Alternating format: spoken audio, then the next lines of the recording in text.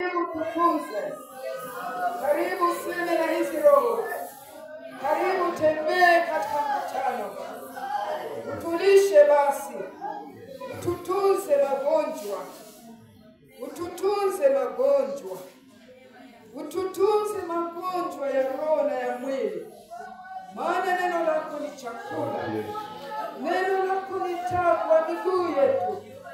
Utuangazie asubuhi ya leo Bwana, tunamweka mnenaji katika mkono yako, mwalimu wa asubuhi mbele yako, mtumishi uliyemwandaa ndiye huyu Bwana. Ninamweka kwako Mungu, tukimwombea sasa, usimame pamoja naye, umupe useme, umupe maneno yako. Roho wa Mungu njoo useme nasi, Roho wa Mungu njoo usaidie, Roho wa Mungu njoo katika mkutano huu, sema na mkutano basi.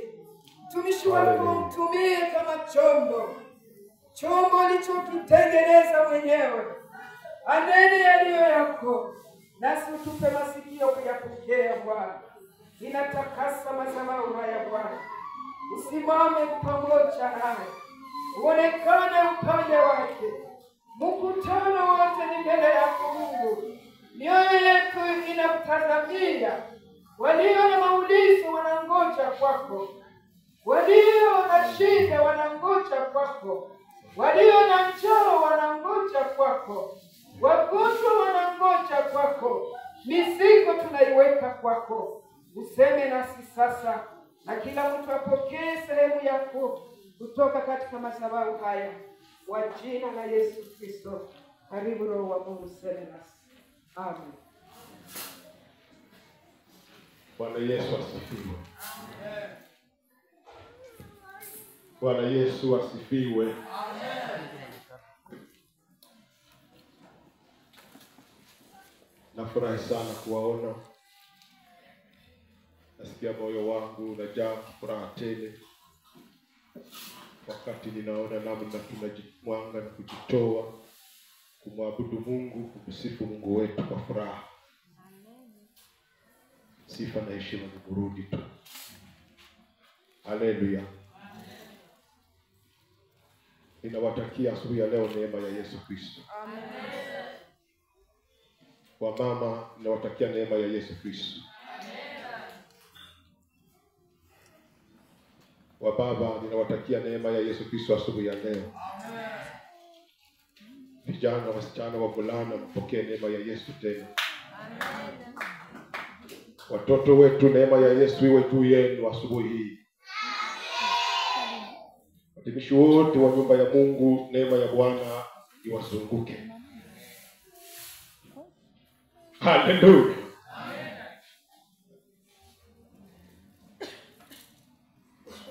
Siku ya kuisikia parapanda yake Mungu, ikiita wateule wake wote, kwa neema tutakaribishwa na Mwokozi wetu katika kutano kubwa huko juu. Tutakaribishwa kwake, tutakaribishwa kwake, tutakaribishwa kwake katika kutano kubwa huko juu. Haleluya. Tutakaribishwa katika kutano kubwa huko juu. Nasikia tusome pamoja neno la Mungu katika kitabu cha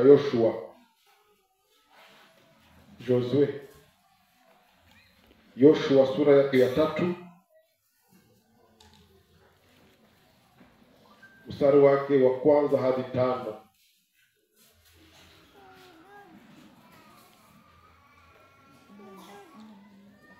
Josué 3, 1 à 5.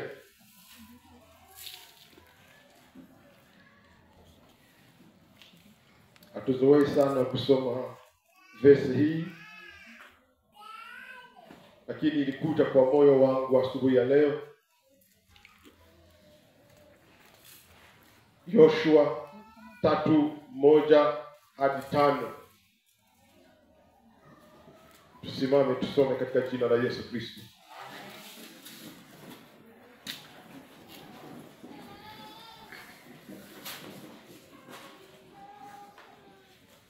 Kama tumepata sisi wote mara moja tusome.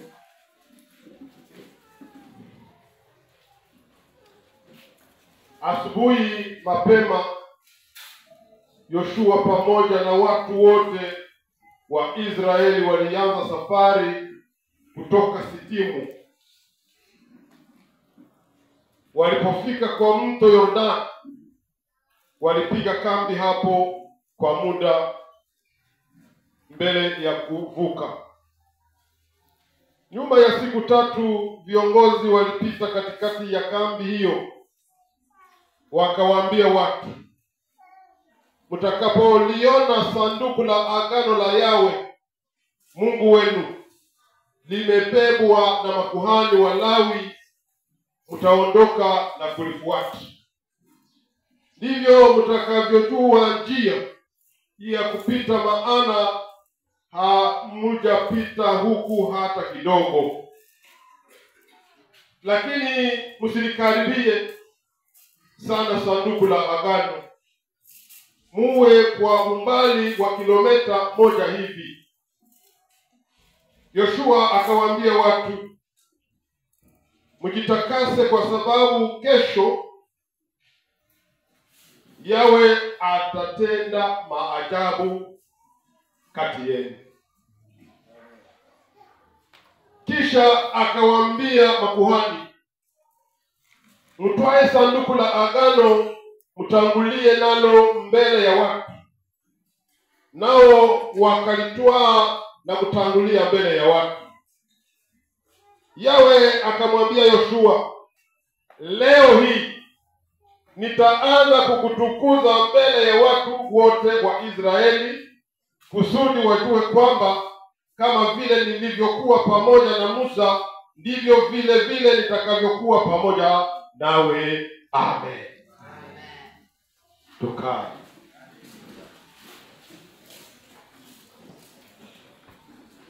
Bwana Yesu ahimidiwe sana.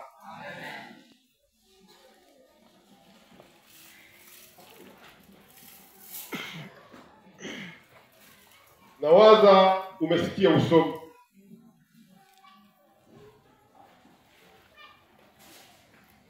Na usome huu unaelekea taifa la Israeli.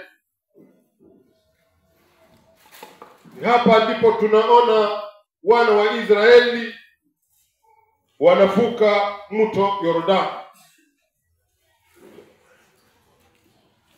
Sitaki niingie katika historia ya mwendo huu wa taifa la Israeli tangu walipoondoka Misri na kuingia jangwani. Biblia inatuambia kwamba mule jangwani wako wakielekea Kanaani walifanya mule miaka 40.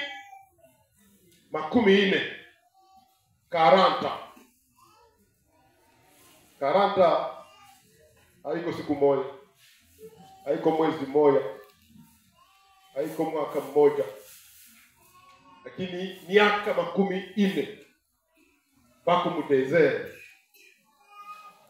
Sijui kama ulishakawahi kuona kwa television desert. Mnaiona katikati yetu wengi hawahi kufika nafasi ya desert. Lakini kuna nafasi moja huko kwetu inafanana desert. Desert ndio wanaita jangwa. Jangwa maana yake mahali ambapo hakuna kitu, soft, vumbi, mchanga na vumbi. Ndio vinakuwa kama vile desert, mchanga na vumbi. 40 wako mvumbi, 40 wako mdesert. Nataka asubuhi ya leo nikupe changamoto, nikwambie kwamba Mungu hajakusahau. Mungu hayasahau Kongo. Haleluya. Mungu hajasahau taifa lake. Mimi najua si wote humu tunasema kwa Francais. Ugeukie mwenzako umwambie kwa Francais ile yenyewe mimi nasema.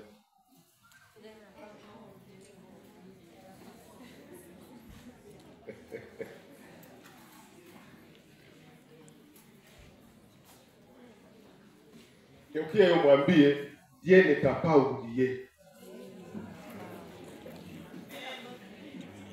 Alléluia.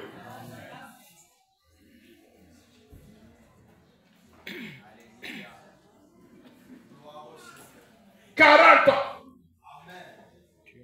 wako magumu, ma difficulté, mateso.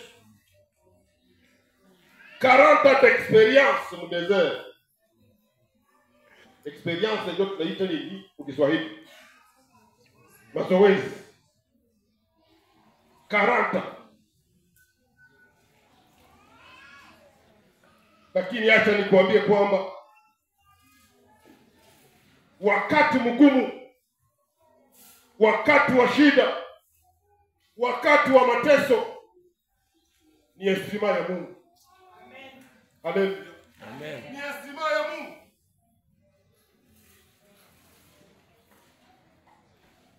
Les temps difficiles, c'est un instrument de Dieu. Kusudi Mungu akufikishe kwenye lengo. Haleluya. Kusudi Mungu akufikishe kudestine yako. Wafransa wanasema très bien, destine. Haleluya. Ni mahali pazuri ambako wewe unaelekea. Mahali pa bien. Ndio maana hapana kulaani siku zake. Mnakumbuka mtu mwenye laani siku zake mu Biblia? Si mnamjua? Alilaani siku zake juu ya nini? Juu ya mateso. Mateso inaweza kusemesha yenyewe haungesema. Mateso inaweza kufanya wewe ujikomporte namna haungejikomporte sababu ya mateso tu. Haleluya. Amen. Ndio maana hapana kulaani siku ngumu ambazo umezipitia. Ndio maana nataka nikwambie tuwe na tabia ya kubariki wale wote ambao wanatufanya vibaya. Kama kuna mtu anakufanya vibaya, celui qui te fait mal, bénis-le. Haleluya. Sijui kama unanisikia pia. Kila yeyote aliyekufanya mubaya, umubariki. Sema mchungaji, unataka kutukwaza saa hii.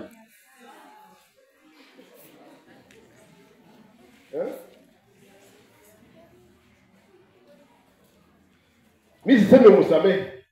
Mimi nasema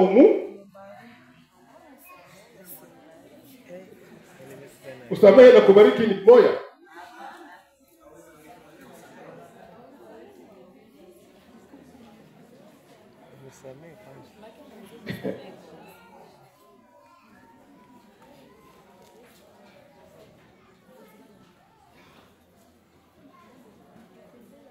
Daniel, mnajua habari ya Daniel? Kama Daniel hangepelekwa utumwani, angepata jina nzuri, jina kubwa, angejulikanaka. Ni kwa sababu alienda mdeportation. Haleluya. Muhamisho, ndio alipata jina kubwa, ndio alijulikana.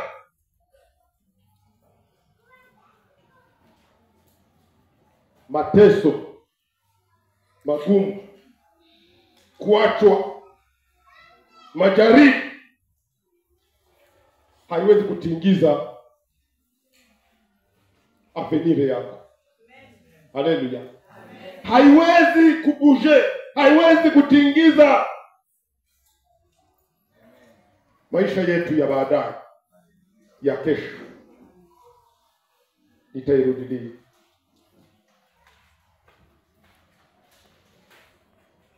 narudilia kusema kwamba inafaa sisi wa Kristo tuliyomwamini Yesu kama Bwana na Mwokozi wa maisha yetu, mara kwa mara tubariki watu wale ambao wanatufanya vibaya. Pourquoi ninasema hivi? Sababu gani? Sababu wale watu kwa kutufanya vibaya wana contribuer à la réalisation de notre destinée, kwa utimilifu wa nini? Wa kusudi la Mungu kwa ajili ya maisha yetu. Mungu anasema mawazo ninayowazia ni mawazo ya nini? Haleluya. Mungu awape salama.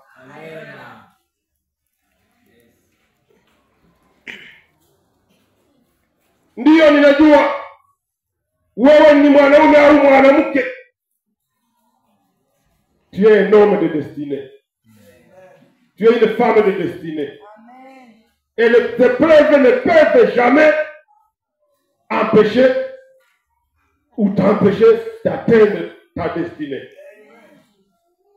Ile Mungu aliwazia, ile mema Mungu anasema, hata kama vita inuke, hata kama wachawi wainuke, hata kama walozi wainuke, hata kama njaa ifike, haitakuzuia.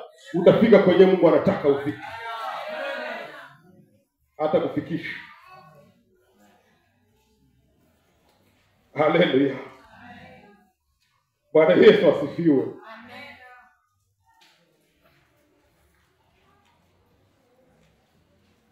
Biblia inasema hivi: asubuhi mapema Yoshua pamoja na watu wote wa Israeli walianza safari kutoka Sitimu. Sijui kama ushakasikia lile jina Sitimu, na mfransa ni vile vile inasemeka. Haiko vile? Si français isema hayo. Soma pale 3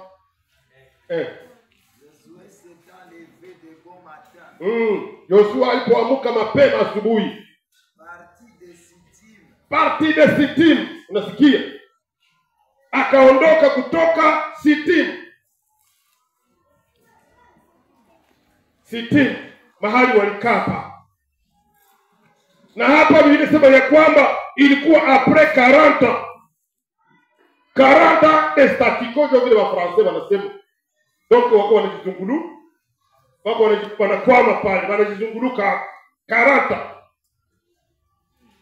au tuseme 40 de souffrance, 40 ya mateso. Lakini hata hivyo Mungu alikuwa na shabaha kwa ajili yao.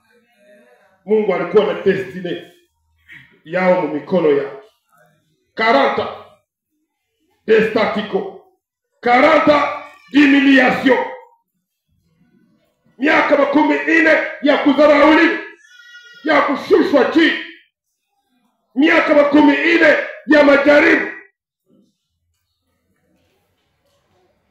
Lakini hakuna hata jaribu hata moja iliwazuia kutokuendelea au kuendelea kama watoto wa Mungu.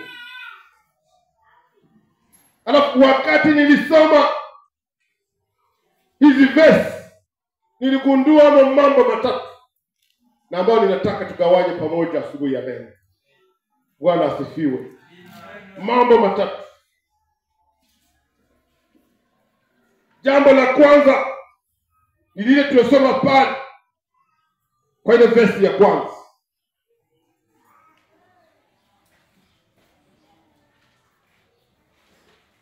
Ukisoma ile historia ya Israeli mpaka ufikie Yoshua, unaona kwamba leader, mtu ambaye Yoshua alikuwa anategemea, amefariki. Si ndio Moizi? Ndio Musa. Musa amekufa. Sasa attitude ya Yoshua ingekuwa na maana gani? Ni attitude ya découragement. Mtu mwenyewe ulikuwa na wazia mtaendelea pamoja, anaendelea kutia nguvu, unategemea, unatumainia, anahamishwa, anakufa. Découragement.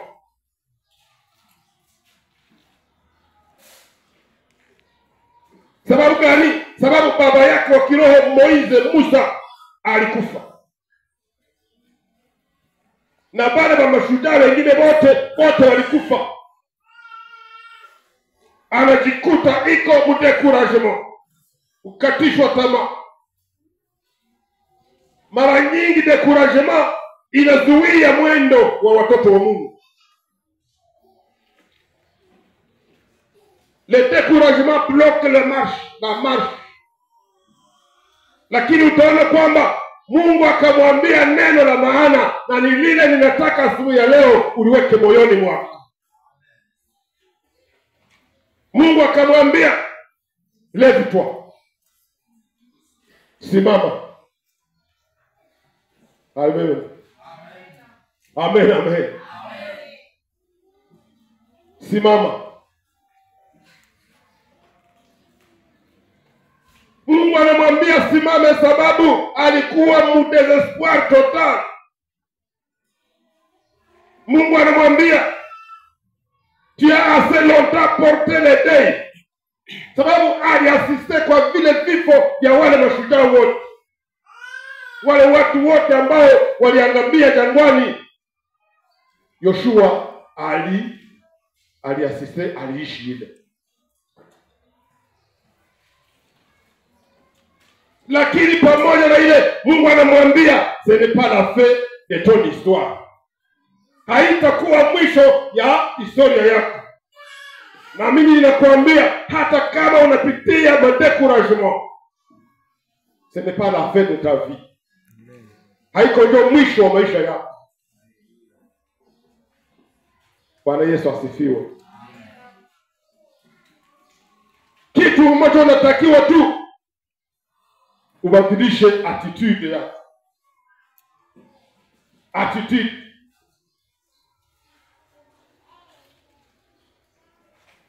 Iko sawa vile Mungu anamwambia Yoshua,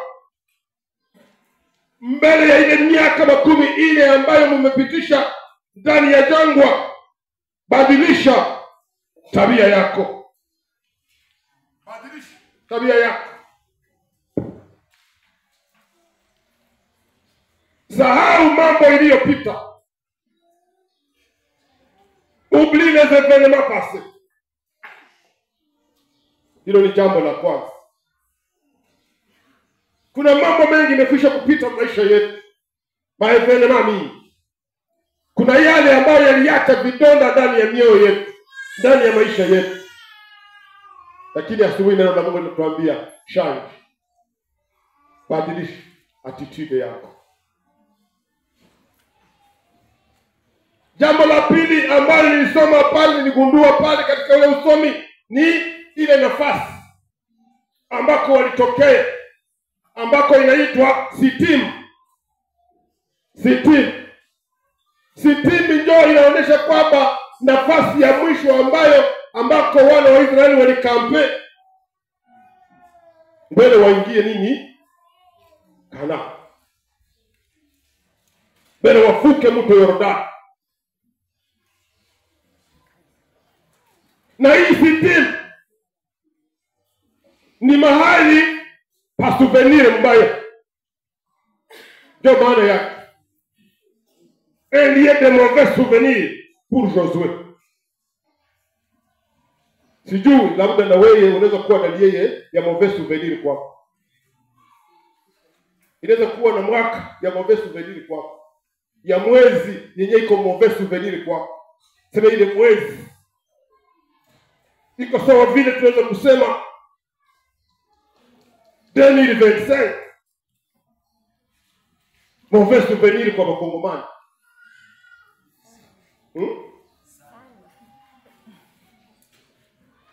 Yule alipoteza ndugu, mauvais souvenir kwake. Benye masasi ilipika ikawaua, mauvais souvenir kwao. Tunaweza kusema depuis janvier mpaka leo iko mauvais souvenir kwao.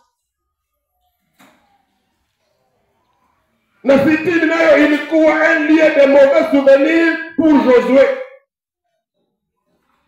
Lakini pia ni lieu de jugement de Dieu contre Israël. Sitim inaonyesha maeneo street maevenema triste za maisha ya Yoshua, labda na maisha yetu ya Israeli. Na Israeli sitim, c'était la mort, ni kifo. Yawezekana na wewe na mimi tunasitimu ndani ya maisha yetu, uparkuru yetu tunaikumbuka.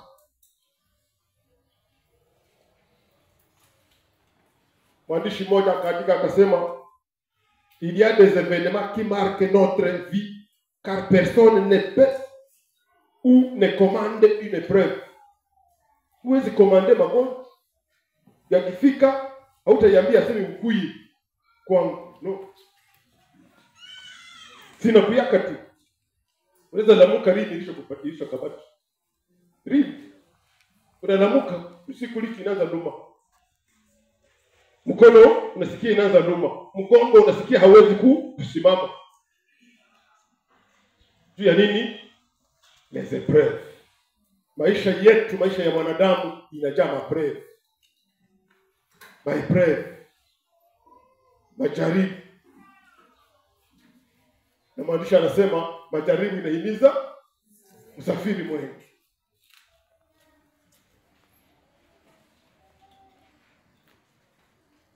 Na Yoshua alielewa kwamba ninapaswa nitoke fitini. Tunapaswa tutoke mahali ambako tunaumizwa, mahali ambako ni pabaya, pa mauvais souvenir kwetu tupatoke. Tunapaswa kutourner la page. Ndio tunasema kama Francis. Ase tourner la page. Ufunge ile ukurasa. Funga ile page. Nous devons tourner la page. Ndiyo, inawezekana kuna maneno wanataka kuambia. Au walikuambiaka sijui miaka ngapi hii wanakuambia ile maneno. Na ile maneno ingali inarudilia mroho yako. Iko inarudilia. Ni asubuhi na kuambia tourner la page.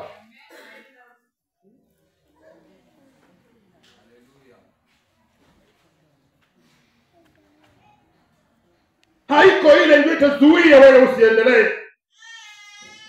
Haiko ile ndio itazuia wewe usifikie zile ahadi Mungu alikupatia. Mungu alitoa kwa ajili yako. Acha nikwambia asubuhi ya leo, zile mavenema mabaya ambao unazopitia ni lokatero wako. Haleluya. Ni lokatero wako, lakini asubuhi ya leo, haleluya, uambie ile mavenema kwamba kontra imefanya nini? Kontra imeisha. Kontra imeisha. Na haitakuwa renouvelée. Imeisha. Na haitarudilia tena ile kontra.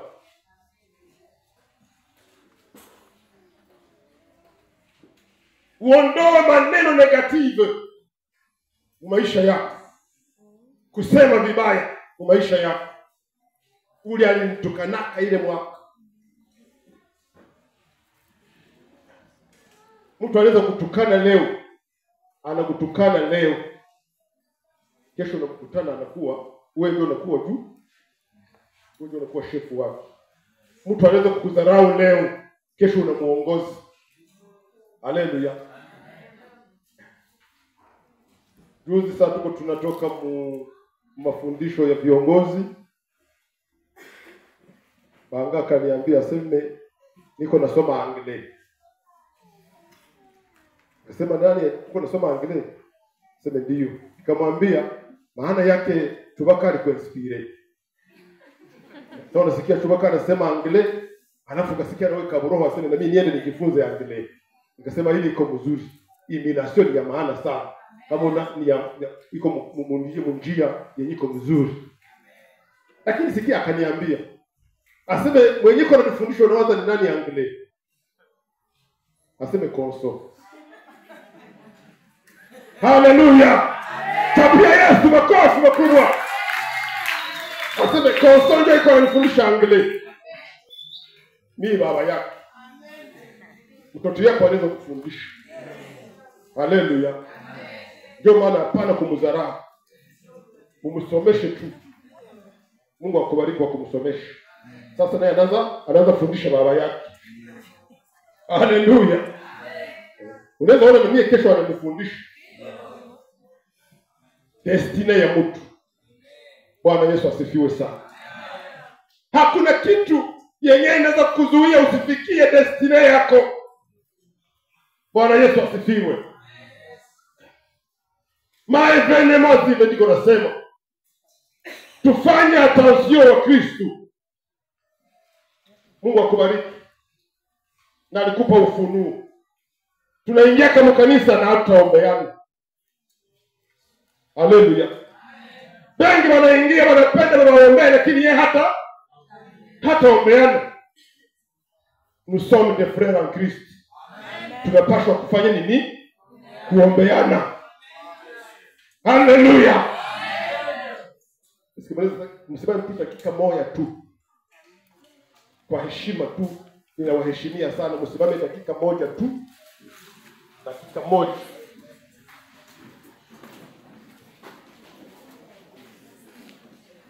Uchape makofi kwa Yesu, mwambie Mungu asante. Sababu uliniweka pembeni ya mwenzako. Uliniweka pembeni ya fulani. Uliniweka mwambie niwe hapa, niwe miongoni, niwe mmoja wa hili kanisa, niwe mmoja ya hao watu. Sifa kwako. Haleluya. Sifa kwako.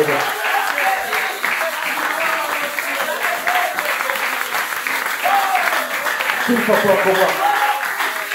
Yesu tukuze, tukuze sababu unatosha. Asante. Asante. Gloire à Dieu. Gloire au Seigneur. Acha nikwambie kwamba l'homme qui marche vers sa destinée, c'est l'homme qui a tourné la page. Kama haujageuza ukurasa wako, bado ungali sitini.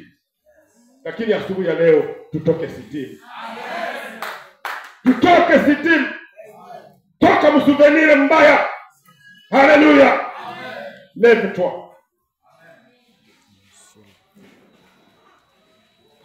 Jambo la tatu ambalo niligundua pale kwa ile verse ya 5. Verse ya 5 inasema Yoshua akaambia watu, mujitakase kwa sababu kesho Yawe atatenda maajabu kati yenu. Kesho ndio wanaita deme. Sio vile. Deme ndio kesho.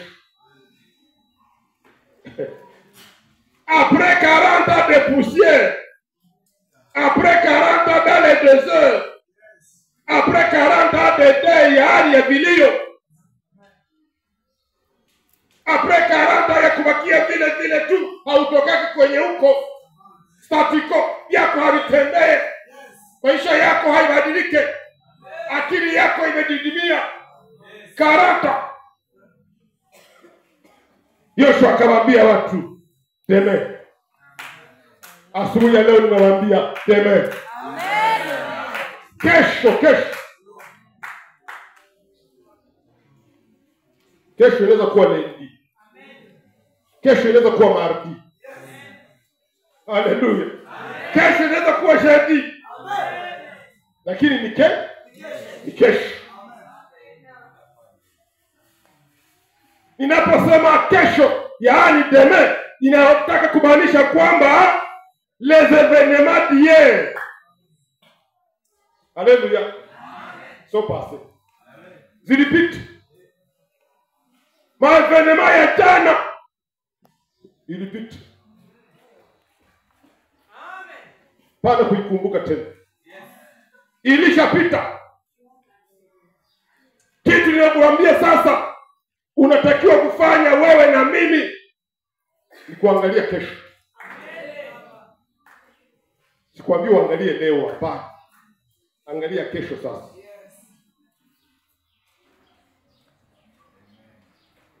Ndiyo ninajua kwamba tabia au hali ya kimtu ya mwanadamu inakuwa toujours na tandasi ya kumkumbusha yote iliyopita. Ile ni kawaida, ni tandasi ya nature humaine.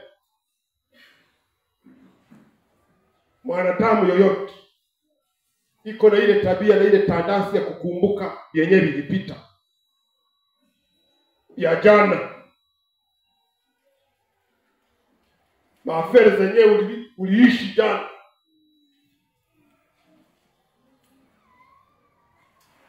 Jana ni ekole ya Mungu. Jana ndio wanaita masomo ya Mungu. Yenyewe ulipitia jana ulikuwa mwekole ya Mungu. Mimi sijui kama ni kipusi, kama ni university, sijui, lakini ni ekole ya Mungu, ni masomo ya Mungu. Alafu Mungu anatupitisha kwa masomo yake. Na tunapovuka jana na leo, tunapoingia kesho, haleluya, yaani tumepanda darasa, tumevuka. Mungu awavukishe hii mwaka. Mungu atuvukishe hii mwaka. Mungu atuvukishe mwezi kesho. Atuvukishe.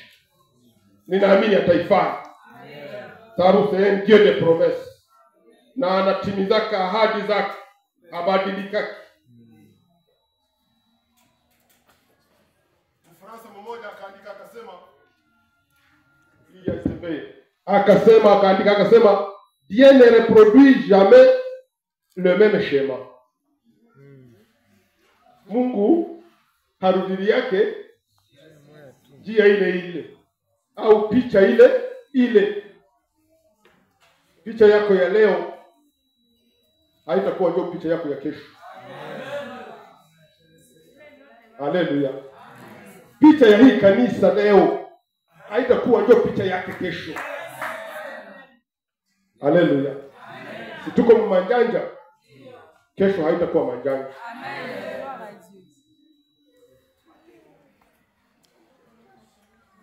Uko munjala leo, kesho hautakuwa munjala. Uko magonjwa leo, kesho hautakuwa magonjwa. Tuko mvita leo, kesho hatutakuwa mvita. Tuko tunahama leo, kesho hatutahama. Tutastarehe. Haleluya. Tutastarehe wapi? Ndani ya Yesu. Dieu ne reproduit pas le même schéma. Alléluia. Dieu fait toujours des choses nouvelles. Kila Mungu anafanya ni kitu kipya. Na ndio maana Yoshua anaambia wale watu waseme kesho Mungu atafanya nini? Atafanya jambo la ajabu. Yenye Mungu atakufanyia kesho itashangaza watu. Kitu ambacho unatakiwa tu usipakie mdhambi. Ukitembea mdhambi basi vinaharibika. Sois intègre. Sois juste.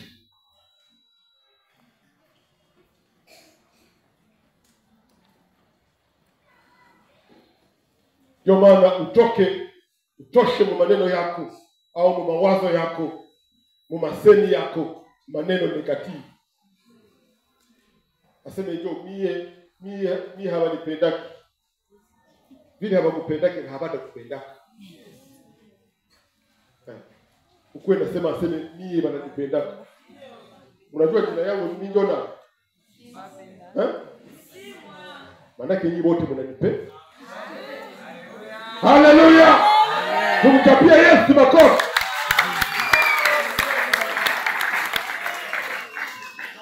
Kila anayeniona ananipenda. Na wewe kila atakaye kuona akupende. Ndio maana Mungu atusaidie chuki itoke katikati yetu. Ndani ya Gilgali msionekane chuki kama ilikuwa jana na leo, kesho isikuwe. Lakini saa hii uiondoe chuki. Tosha ndani ndani ya maneno yako au ndani ya langazi yako maneno ya Eshek, sema nitashindwa, na utashindwa kwa jina la Yesu. Ndio kweli. Asemie sitaweza. Utaweza. Kesho Mungu anasema utaweza. Amen. Tosha maneno ya découragement. Tosha maneno ya defeat. Kesho haitakuwa sawa leo. Kesho ni kesho ya Mungu. Demain Dieu fera des choses nouvelles. Amen. Kesho tutaona mamsika yetu wanaolewa huko. Amen. Kesho.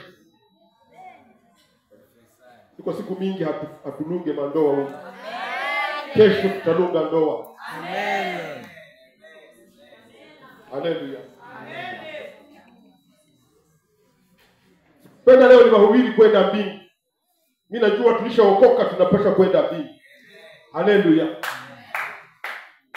Lakini kuko madécouragement. Kuko vya kukatisha tamaa. Na inafaa viondoke ndani ya mawazo yetu, ndani ya maisha yetu. Kusudi tumtazame Yesu na tuendelee katika matumaini kwamba yuko pamoja na sisi. Ndio maana ninataka nikwambie, kama kuna mtu akikwambia leo ati deja ile maison, est-ce que ulishakuwa na nyumba? Mwambie kesho nitakuwa nayo. Kama leo sina hayo, kesho nitakuwa na ile nyumba. Mtu akikwambia est-ce que ulishakuwa na fiancé? Umwambie demain. Ile tu ndio utamujibu demain. Haleluya, haleluya. Sema ndio demain. Papa Mungu akwambia sema uko ushakuwa na gari, umwambie demain. Amen, amen. Kesho Mungu atafanya mambo makubwa. Haleluya. Akikwambia ulishazali, mwambie kesho nitazali. Mwambie hivi. Kesho. Akikwambia wewe ulishakagonjwa, mwambie kesho nitapona. Niko mgonjwa leo na kesho niko napona.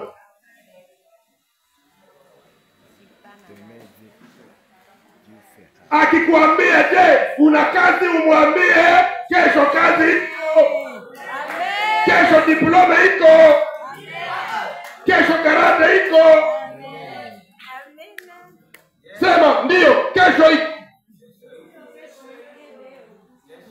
Leo ni turu yako, kesho ni turu yangu. Oh, jina la Bwana libarikiwe.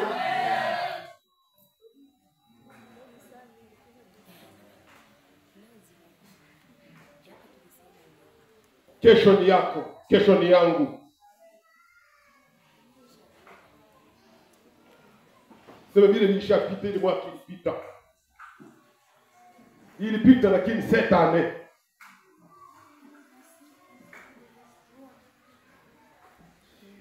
Hii mwaka ilikuwa ngumu kwangu, lakini mwaka kesho, l'année prochaine, Dieu va faire encore. Amen. Vile mnaibaka, Dieu va faire encore. Atasema. Sababu ni Mungu na anasema.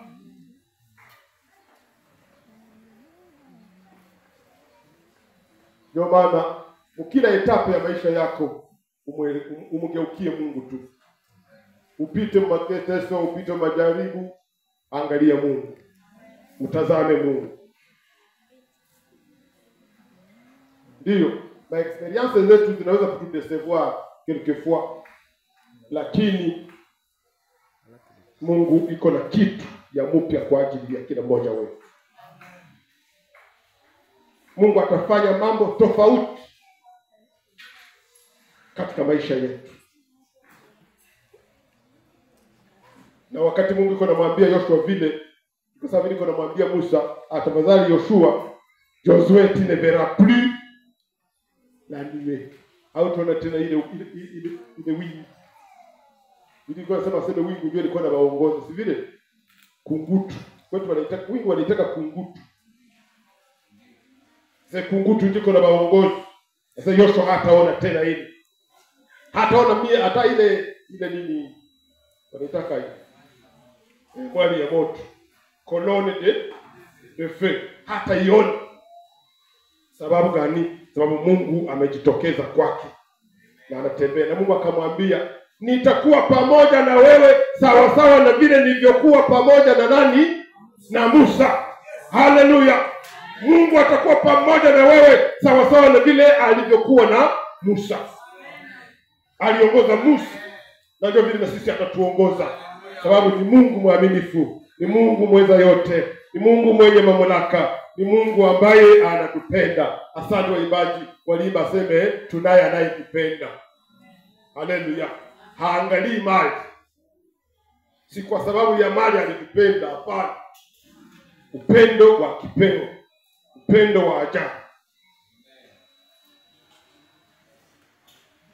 Ambia mwenye pembeni yako, ni wakati sasa wa kukomana ndani ya Yesu. Tukomae ndani ya Yesu. Tukomae na Mungu. Ni wakati wa kudevelope uhusiano wetu bora na Mungu. Mungu wetu haiko Mungu wa marenio. Hapana. Nasema wa ensemble. Hapana.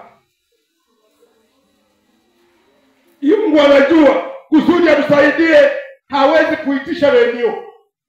Hapana. Hawa utashaseme mkuye mnishauria, hapana. Mungu yeye anayua bale bajea wenye bako mbele yako na tabaangusha bale bagonya. Anayua kama bako mbele yako, anayua bale maadui wote ambao wanasimama kwenye maisha yako, anayua na ana uwezo kwa neno tu wataanguka.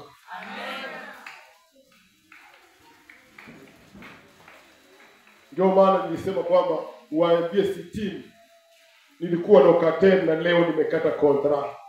Haleluya. Siko tena lié na wewe. Je suis destiné à une nouvelle vie. Jina la Bwana libarikiwe. Usimame. Unaposimama Mungu atakufanya kuwa shujaa. Jina la Bwana libarikiwe sana. Lève-toi. Unakumbuka mwingine Biblia mwenyewe alimwambia akasema lève-toi. Ndio. Na muyua. Lève-toi. Tunamkuta Yohana, vile. Yohana 5 mstari wake wa kwanza hadi mstari wake wa 9 au 8. Yule mgonjwa wa kisima cha Bethesda, Biblia inasema ya kwamba alikuwa 38 hapa. Na Biblia inasema ya kwamba kila wakati malaika alishuka kutipua maji. Na mgonjwa wa kwanza ambaye aliingia maji kisha kutibuliwa anakuwa na quelque soit sa maladie. Ndio Biblia inasema quelque soit sa maladie. Hata kama ni mkoma itapona, hata kama ni kansa itapona, hata kama ni diarrhea itapona. Na hiyo wale wote walikuwa pale.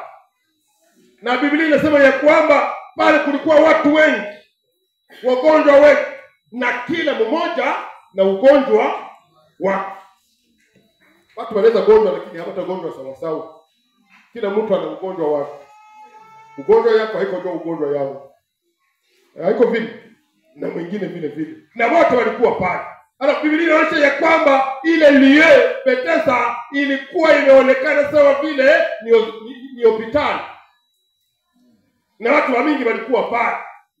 Alafu kila mtu alikuwa na wa kumsaidia. Sababu Biblia inasema ya kwamba yule mgonjwa sababu alimuuliza akasema mimi sina mtu. Maana wale wengine walikuwa na watu. Donc pale kulikuwa bagarde malade. Bagarde malade yake wakamwabandoni. Wakamchoka wakamwacha pale. Wakutoka wanakuwaka. Lakini wenyewe wako ferme wanakuwaka pia. Na sinzimana naye mpaka mwisho. Alafu Yesu akamwambia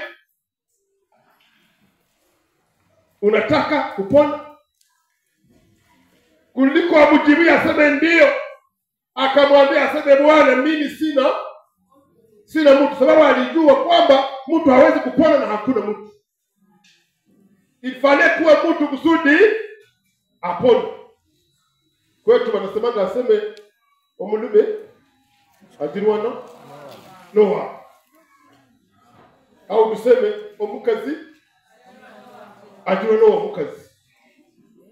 Ndio nataka kusema kwamba penye hawasikia aseme mwanaume anasaidiwa na mwenzake mwanaume. Lakini mimi naongeza nasema mwanamke naye anasaidiwa na mwenzake mwanamke. Mama msaidiane. Papa tusaidiane. Haleluya. Hakuna anaweza kujifanya kama niko hivi na bana test yake kwa sababu wanaume walikibalisha. Bwana Yesu asifiwe. Aseme sina mtu, lakini Yesu alimwambia neno, lève-toi, prends ton lit et marche.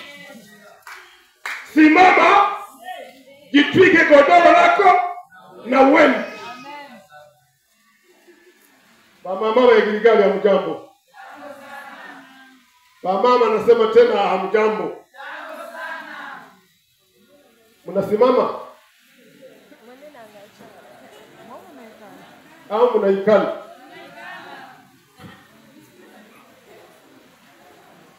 Ninaweza kusema hivi, mama ya Gilgali, levez-vous, prenez vos lits et marchez. Haleluya. Simame mkamate vipoyo vyenu na mtembee. Kila mtu iko humu na kipoyo yake. Ile kipoyo ndio iko inamubeba. Ile kipoyo ndio iko inamtembeza vile inataka. Lakini Yesu anataka asubuhi leo afanye contraire.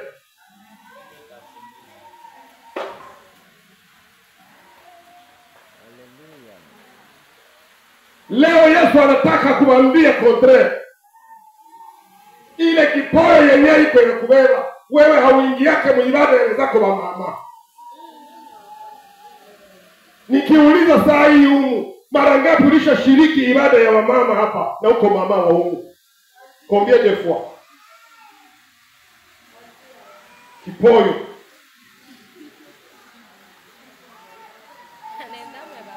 Ile kipoyo iko inakubeba. Leo Yesu anasema wewe ndio uibebe. Haleluya. Tangu leo haitakubeba tena. Labda ni kipoyo ya biashara, ya kuturuza, ya mturuzi. Wewe kwenzako wako muibada, wewe uko kituku. Ile kituku ndio inakubeba. Wewe ndio ubebe sasa kituku. Uanze kuikomande. Haleluya. Basheni hamjambo. Hamuna kipoyo? Mungu awabariki. Na kama kuko jeni mwenye haingeke muibada ya bajeni, iko na kipoyo yenyewe na mbeba. Ile kipoyo wewe ndio uibebe leo. Na leo ukate kamba na useme tangu leo nataka kuanza kuingia muibada ya bajeni. Wenzako wanaingia wewe unajitokea unaenda. Unarangaranga mwingine na kule nenda kutanana na wanani? Barandia na jambazi. Yesu anamwambia, lève-toi et marche, prends ton lit et marche. Utembee. Biblia inasema ya kwamba Yesu alikuwa na attention particulière kwa ule mtu. Pale kulikuwa magonjwa mengine, lakini kila mgonjwa alikuwa na wakumsaidia. Yule hakukuwa na wakumsaidia. Kama hauna wakusaidia huyu, Yesu iko pale kwa kukusaidia. Il a le regard fixé vers toi ou sur toi. Un regard particulier. Na anatimiza mapenzi ya lève-toi et marche. Haleluya. Gilgali tusimame. Tutembee. Tuhubiri Injili. Watu waokoke. Wakati watu wanapaswa kuokoka hii. Wakati watu wanapaswa kusimama, watoke mwili wenyewe ni wafunga, na wamtumikie Mungu katika haki na kweli. Lève-toi et marche.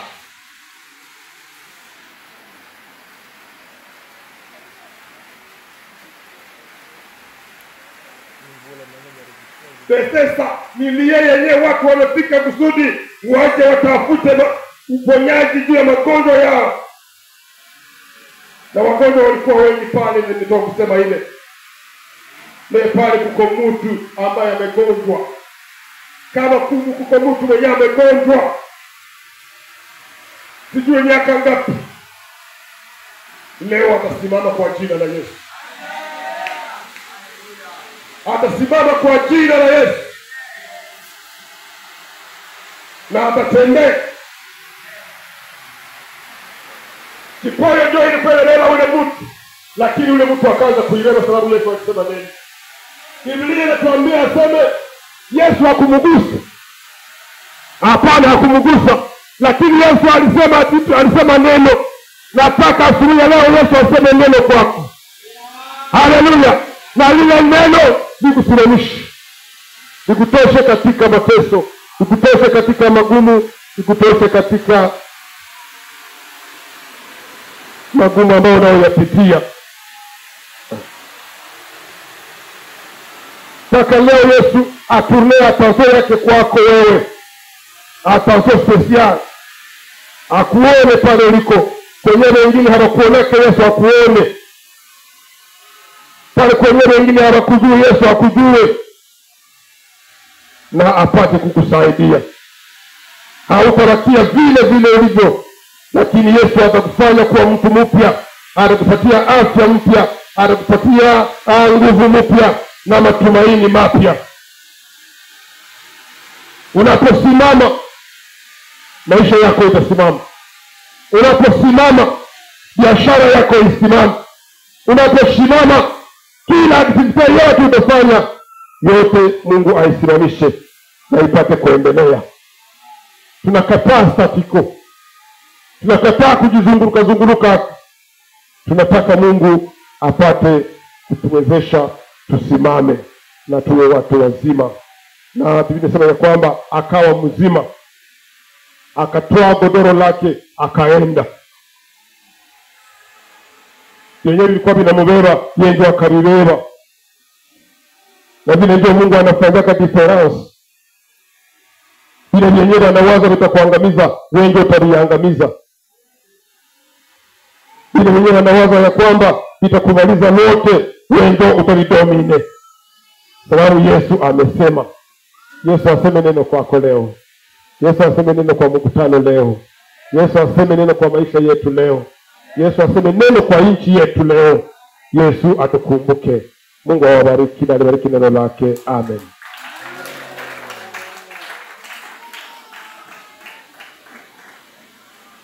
Wewe pekee unajua ulema wako.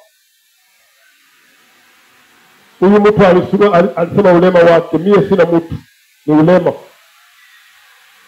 Lakini wewe unajua ulema wako, na mimi ninajua ulema wangu.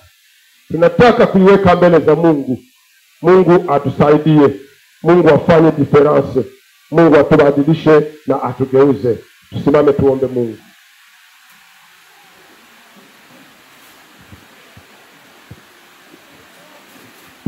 Inawezekana umekata tamaa.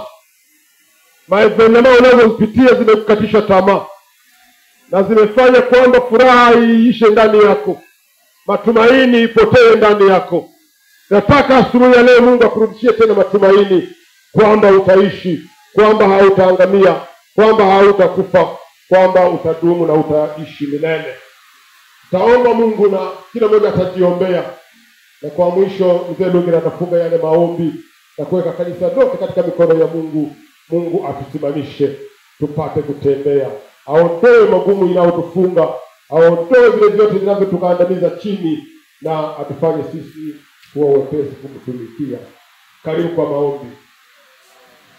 Baba wa neema, Mungu mwenye nguvu zote, wewe ambaye ulitembea na Yoshua, wewe ambaye ulitembea Mungu takatifu na wanafunzi wako, hata ukafika kwenye kisima hiki cha Bethesda ukamkuta huyu mgonjwa ya miaka, Mungu mtakatifu, beseni Mungu mtakatifu karibuni 3, amegonjwa, hana msaada wowote, lakini ulimsaidia.